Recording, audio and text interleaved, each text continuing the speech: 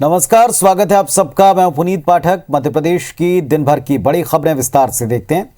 मुख्यमंत्री शिवराज सिंह चौहान आज भोपाल के अमीदी अस्पताल पहुंचे और कोरोना की तीसरी लहर की आशंका के मद्देनजर अस्पताल में व्यवस्थाओं का जायजा लिया।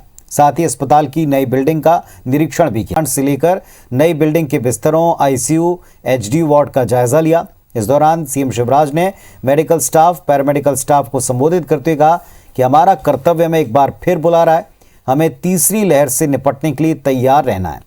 वहीं जनता को संबोधित करते हुए सीएम ने कहा कि स्वास्थ्य के नजरिए से तैयारी पूरी है। वैक्सीनेशन करने के लिए अभियान चलाए जा रहे हैं। 3 जनवरी से किशोरों का वैक्सीनेशन होगा, इसकी भी तैयारी।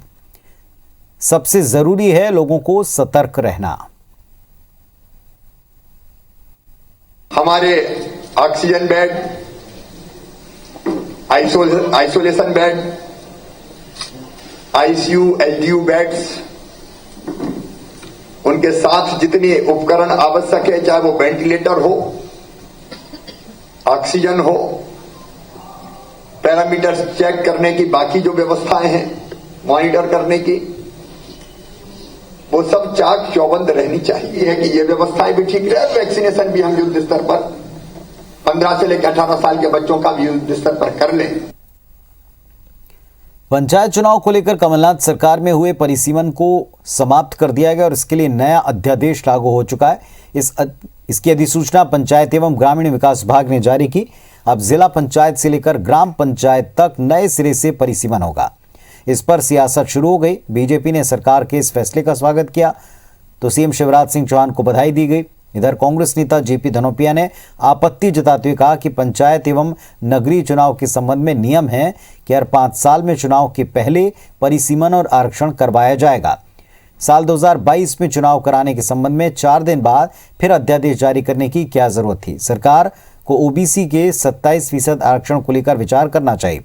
कांग्रेस का कहना है कि अध्यादेश पंचायत चुनाव को टालने के लिए लाया गया। नए परिसीमन में लॉजिकल और साइंटिफिक ढंग से पुनः पंचायतों का, जनपद और जिले का वार्डों का निर्धारण हो पाएगा और ये बहुत जरूरी था जनता की सुविधा की दृष्टि से। जनता चूंकि दैनंदिन जीवन में पंचायतों से वास्ता रखती है, इसलिए बहुत साधुवाद, धन्यवाद, अभिनंदन मुख्यमंत्री शिवराज जी का। अध्यादेश की कोई आवश्यकता नहीं थी। बिना अध्यादेश के ही ये 2021 से जब चुनाव होते उसके पहले आरक्षण और परिसीमन करने का अधिकार भारतीय जनता पार्टी की सरकार हो, कोई भी सरकार हो, उसे होता है, कर सकते थे। इसलिए अध्यादेश मैं समझता हूं सिर्फ आम जनता को गुमराह करने के लिए और पंचायत चुनाव में देरी करने के उद्देश्य से निकाला गया है। इसका और कोई तात्पर्य नहीं। मध्य प्रदेश में कांग्रेस छोड़ बीजेपी में शामिल हुए विधायक सचिन बिरला की सदस्यता रद्द करने के लिए कांग्रेस विधायक दल के सचेतक डॉक्टर गोविंद सिंह का आवेदन खारिज हो चुका है। कांग्रेस एक बार फिर विधानसभा में उनकी सदस्यता रद्द करने की मांग करेगी। गोविंद सिंह का कहना है कि इसके पहले भी उन्होंने दल बदल कानून के तहत विधायकों की सदस्यता रद्द करने के लिए आवेदन दिए हैं। उन्होंने आरोप लगाया कि आवेदन में कमी होने पर नोटिस देकर सुनवाई का मौका मिलता है, लेकिन विधानसभा अध्यक्ष गिरीश गौतम ने इस मामले में एक तरफा कार्यवाही की।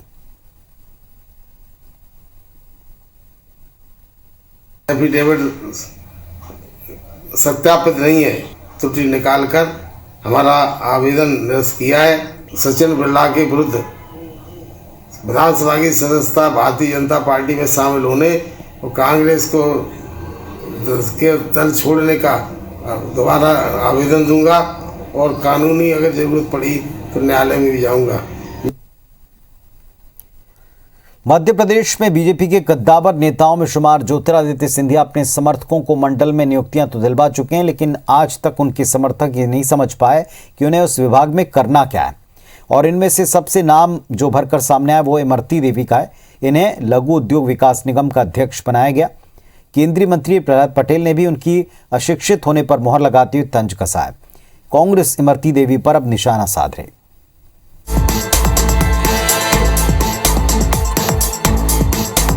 पहले तो ये सुनिए जो इमरती देवी ने कहा, फिर आपको आगे ले चलेंगे। मुझे खुद पता नहीं है नाम है। मैं बैठ के अधिकारियों से बात करूंगी कि क्या क्या प्राथमिकता रहती हैं, क्या क्या कार्य होते हैं। अभी मैंने समझा ही नहीं। सुना आपने, मुझे कुछ नहीं पता, मुझे जानकारी नहीं है, मुझे नहीं पता कि क्या प्राथमिकताएं हैं। मैं अधिकारियों से बात करके बताऊंगी। ये कहना है मध्य प्रदेश की पूर्व मंत्री और वर्तमान में लघु उद्योग निगम की नवनियुक्त अध्यक्ष इमरती देवी सुमन का, जो इतनी मासूम और भोली हैं कि उन्हें अपने ही विभाग के विषय में जानकारी नहीं है। इमरती देवी लघु उद्योग निगम के अध्यक्ष का पदभार ग्रहण करके सीधे भोपाल से ग्वालियर पहुंची थी। उन्होंने पत्रकारों के सवाल के जवाब में कह दिया कि उन्हें अभी प्राथमिकताएं पता नहीं हैं। उन्होंने भोपाल में जाकर कार्यभार तो संभाल लिया, लेकिन अब तक उन्हें विभाग की जानकारी तक नहीं है कि उनके विभाग में क्या होता है और क्या नहीं होता है। अपना चार्ज लिया है, मैंने अब अधिकारियों से बैठ के बात नहीं की कि क्या क्या इसमें होता है, क्या क्या नहीं होता है। मैं जा कर के 2-3 दिन में अधिकारियों के साथ मीटिंग लेके उसके बाद क्या महिलाओं को, क्या युवाओं को, क्या जनता के लिए क्या क्या रोजगार हम कर सकते हैं, उसके लिए हमें अधिकारियों के साथ तो बैठना पड़ेगा। अब इसके बाद आपको केंद्रीय मंत्री प्रहलाद पटेल का भी बयान सुनवाएंगे, जो उन्होंने इमरती देवी को संबोधित करते हुए कहा है। वो भी इमरती की अशिक्षित होने पर मुहर लगा रहे हैं, लेकिन उनका बयान सुनने के बाद ये आप तय कर लीजिएगा कि वो इमरती की तारीफ कर रहे हैं या तंज कस रहे हैं। लेकिन कांग्रेस इमरती को घेरने में कोई कसर नहीं छोड़ रही। कांग्रेस के प्रदेश प्रवक्ता आरपी सिंह का कहना है कि जब वे मंत्री थी तब भी उनकी कार्यशैली देखी है, और सबसे बड़ी बात यह है कि प्रजातंत्र में जिसको जनता ने नकार दिया उसको सत्ता देना कहीं न कहीं लोकतंत्र पर कुठाराघात है। ऐसे लोगों को सत्ता में पद देना जिनका स्वयं का विवेक नहीं है, जो शिक्षित नहीं है, कोई विजन नहीं है, जो विभाग उन्हें दिया गया है, ये जनता के विश्वास का मजाक है। मध्य प्रदेश सरकार की पूर्व मंत्री, वर्तमान में कैबिनेट दर्जा प्राप्त निगम की अध्यक्ष, और ऐसे लोग साबित करते हैं कि शिक्षा जरूरी नहीं है, राजनीतिक विवेक सर्वोपरि होता है।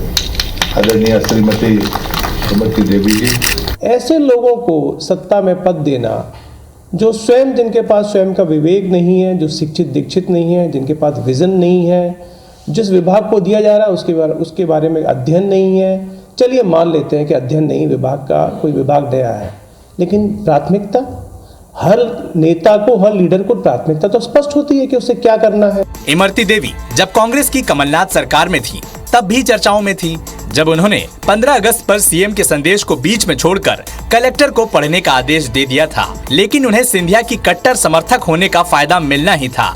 अब देखते जाइए इमरती अपने लघु उद्योग विभाग को कैसे चलाती हैं। नासिर गौरी, IBC 24, ग्वालियर। राजधानी भोपाल के होटल रेस्टोरेंट क्लब पब में न्यू ईयर का सेलिब्रेशन रात 10:30 बजे तक ही होगा। रात 11 बजे से चूंकि प्रदेश में नाइट कर्फ्यू लग रहा है और इसीलिए रात 10:30 बजे तक हर हाल में सेलिब्रेशन खत्म करना होगा। नए साल के जश्न में कोई खलल ना पड़ जाए, इसके लिए सड़कों पर पुलिस पहले से मुस्तैद है। इस दौरान हुड़दंग करते हुए पकड़े गए तो हवालात में ही नया साल मनेगा। हालांकि घरों में लोग देर रात तक जश्न मना सकते हैं, वहां कोई पाबंदी नहीं है, लेकिन सार्वजनिक स्थानों पर होटल, रेस्टोरेंट, क्लब या पब में सेलिब्रेशन के दौरान मास्क पहनना अनिवार्य होगा। पार्टी में शरीक होने वाले लोग रात 11 बजे से पहले घरों में पहुंच जाएं और परिवारों के साथ ही सेलिब्रेट करें। मध्य प्रदेश में कोरोना के केस लगातार बढ़ रहे हैं। इंदौर सबसे बड़ा हॉटस्पॉट बना है, रिकॉर्ड संख्या में पॉजिटिव मिल रहे हैं। नए वेरिएंट ओमिक्रॉन के 10 मरीज भी मिल चुके हैं। भोपाल में भी एक हॉटस्पॉट उभरा है। सरकार ने 24 दिसंबर रात 11 बजे से सुबह 5 बजे तक नाइट कर्फ्यू की व्यवस्था की है। नाइट कर्फ्यू के साथ ही जिला प्रशासन टीमें होटल, रेस्टोरेंट में औचक निरीक्षण करेंगी। अफसर कहते हैं कि सेलिब्रेशन के दौरान मास्क पहनना, कोविड प्रोटोकॉल का पालन करना अनिवार्य होगा।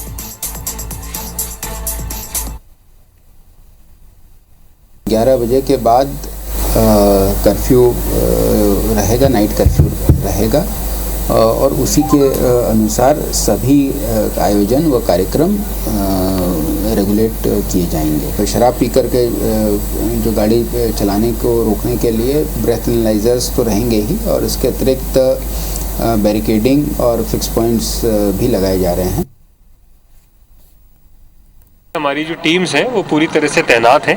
यदि कहीं भी किसी भी नियम का उल्लंघन पाया जाएगा तो उसमें लीगल कानूनी कार्रवाई धारा 144 के उल्लंघन का 188 के तहत सभी लोगों पे की जाएगी। अतिरिक्त जिला दंडाधिकारी और अतिरिक्त पुलिस अधीक्षक द्वारा कंट्रोल रूम में सभी होटल संचालकों की बैठक लेके उनको बता दिया गया है कि आप कोई भी कार्यक्रम 11 बजे के बाद नहीं रखेंगे, और यदि कहीं ऐसा कोई कार्यक्रम होता है तो हम 188 IPC के तहत उसमें प्रकरण दर्ज करके चालान करेंगे। 11 से 5 के बीच पूरी तरीके से लॉकडाउन रखा गया है तो कुल मिला के शासन की मंशा ये है कि हम बहुत ज़्यादा सख्ती करें, लेकिन उसके साथ साथ लोगों में जागरूकता फैलाएं कि जो भी हमारे होटल हैं, जिम हैं, मैरिज गार्डन है, जिस तरीके की भी जो संस्थाएं हैं, वहाँ दोनों डोज लगे ही व्यक्ति प्रवेश कर सकें। और पुलिस की तरफ से यहाँ पे चेकिंग और पेट्रोलिंग लगातार की जाएगी और अगर कोई इस कर्फ्यू का उल्लंघन करते हुए अनावश्यक पाया जाएगा तो उसके खिलाफ कठोर वैधानिक कार्रवाई की जाएगी।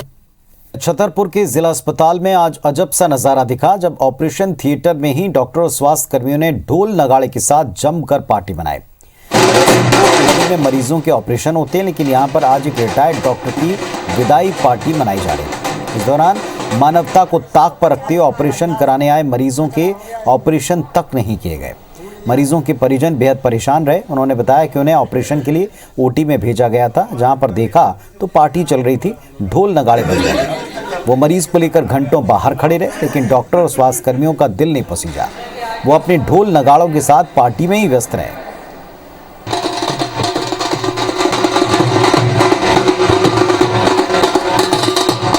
यहाँ समारोह किया है, उसको देख के ऐसा लगता है कि यहाँ छोड़ के जाना नहीं चाहिए क्योंकि सब लोगों का अटैचमेंट है बहुत अधिक। जनता को ज़रूरत हो ना हो, पर हमारे कर्मचारियों को हमारी ज़रूरत है। अंदर ये दिया से क्या चल रहा है हमें तो पता नहीं। पार्टी हो रही तो अभी आपका इलाज नहीं कर रहे हैं? ये इलाज नहीं कर रहे हैं। बता देता है डॉक्टर के टीबी है, वो एक्सरा देखा तो बोलता है फेफड़ा खराब है, तो इसमें नली डरेगा तो उसका कचरा हटेगा। इलाज नहीं हो पा रहा है। देखो 1 घंटा का खड़ा है लड़का। मध्य प्रदेश लोक सेवा आयोग ने साल के अंत में स्टेट इंजीनियरिंग परीक्षा 2021 का विज्ञापन जारी कर दिया, जिसके तहत यूनानी चिकित्सा अधिकारी के पद भरे जाएंगे। लेकिन एमपीपीएससी इस साल भी रिजल्ट को लेकर अपनी पेंडेंसी कम नहीं कर पाया। राज्य सेवा मुख्य परीक्षा 2019 और 2020 के प्री के रिजल्ट अब तक जारी नहीं हुए। डेडलाइन निकल जाने के बाद अब जनवरी में इसका रिजल्ट आने की उम्मीद है। कोरोना काल में पहली और दूसरी लहर के चलते पहले ही आयोग की कई परीक्षाएं नहीं हो पाईं, जिसके कारण 2019 की प्रारंभिक परीक्षा 12 जनवरी 2020 को होने के बाद अब तक उसके नतीजे नहीं आ पाए। 5वीं बार डेडलाइन घोषित करने के बाद आयोग 31 दिसंबर तक परिणाम घोषित नहीं कर सका है। वहीं अभ्यर्थियों को उम्र बढ़ने का डर है। एग्जाम कंट्रोलर आरपी पंचभाई का कहना है कि अगर कई अहम पदों और परीक्षाओं के लिए विज्ञापन जारी हो रहा है, जनवरी तक हर हाल में रिजल्ट भी जारी कर दिए जाएंगे। ग्वालियर के विशेष सत्र न्यायालय ने पीएमटी 2010 में फर्जीवाड़ा करने वाले 6 आरोपियों को 5-5 साल की सजा सुनाई। साथ ही 41 हजार रुपए का जुर्माना लगाया। कोर्ट ने टिप्पणी करते हुए कहा कि इस तरह के अपराधों से परीक्षा की गरिमा और पवित्रता पर प्रतिकूल प्रभाव पड़ता है। इससे योग्य विद्यार्थियों का शिक्षा की ओर से रुझान कम हो रहा है। इन सभी परिस्थितियों को देखते हुए आरोपियों को कठोर दंड देने की जरूरत है। पीएमटी परीक्षा में जितेंद्र कुमार और दीपक नाम के परीक्षार्थी परीक्षा देने नहीं पहुंचे। उन्होंने अपनी जगह पर सॉल्वर को परीक्षा देने भेजा। परीक्षा के दौरान दस्तावेजों की पूर्ति कराई गई। फोटो में अंतर दिख रहा था। दीपक प्रजापति की जगह पर राजेश ठठेरे और जितेंद्र कुमार की जगह मोहम्मद खां परीक्षा देते पाए गए। फोटो को देखते हुए दोनों से पूछताछ कराई गई तो उन्होंने फर्जीवाड़े की पूरी कहानी बता दी।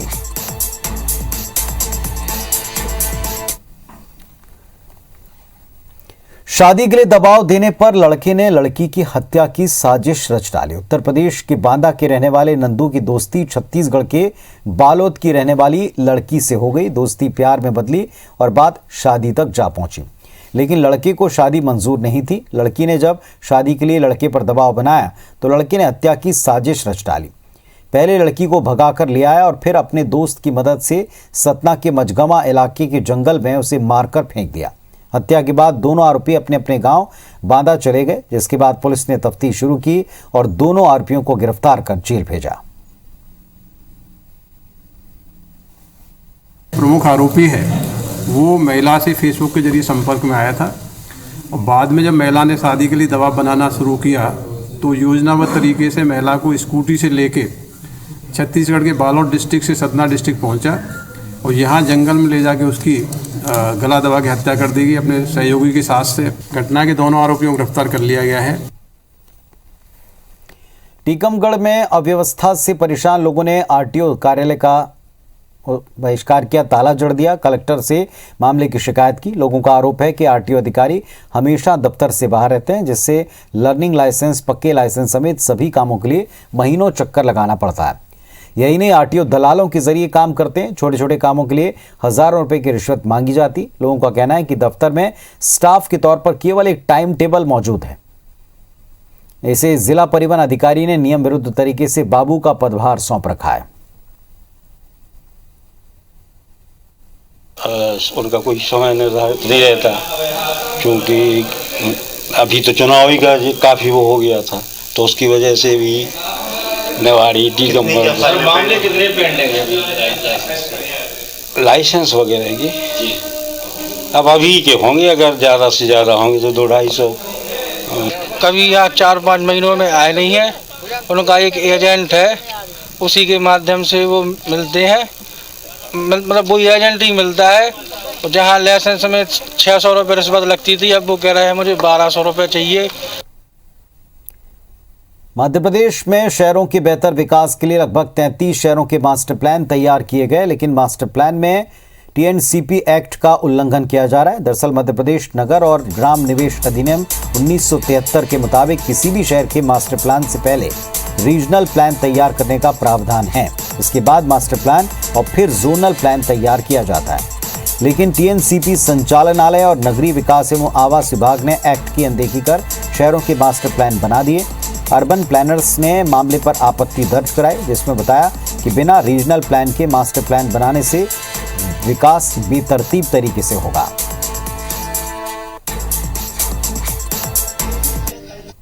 तो जोनल प्लान्स जो है वो एक माइक्रो लेवल के ऊपर प्लानिंग की जाती है उसकी।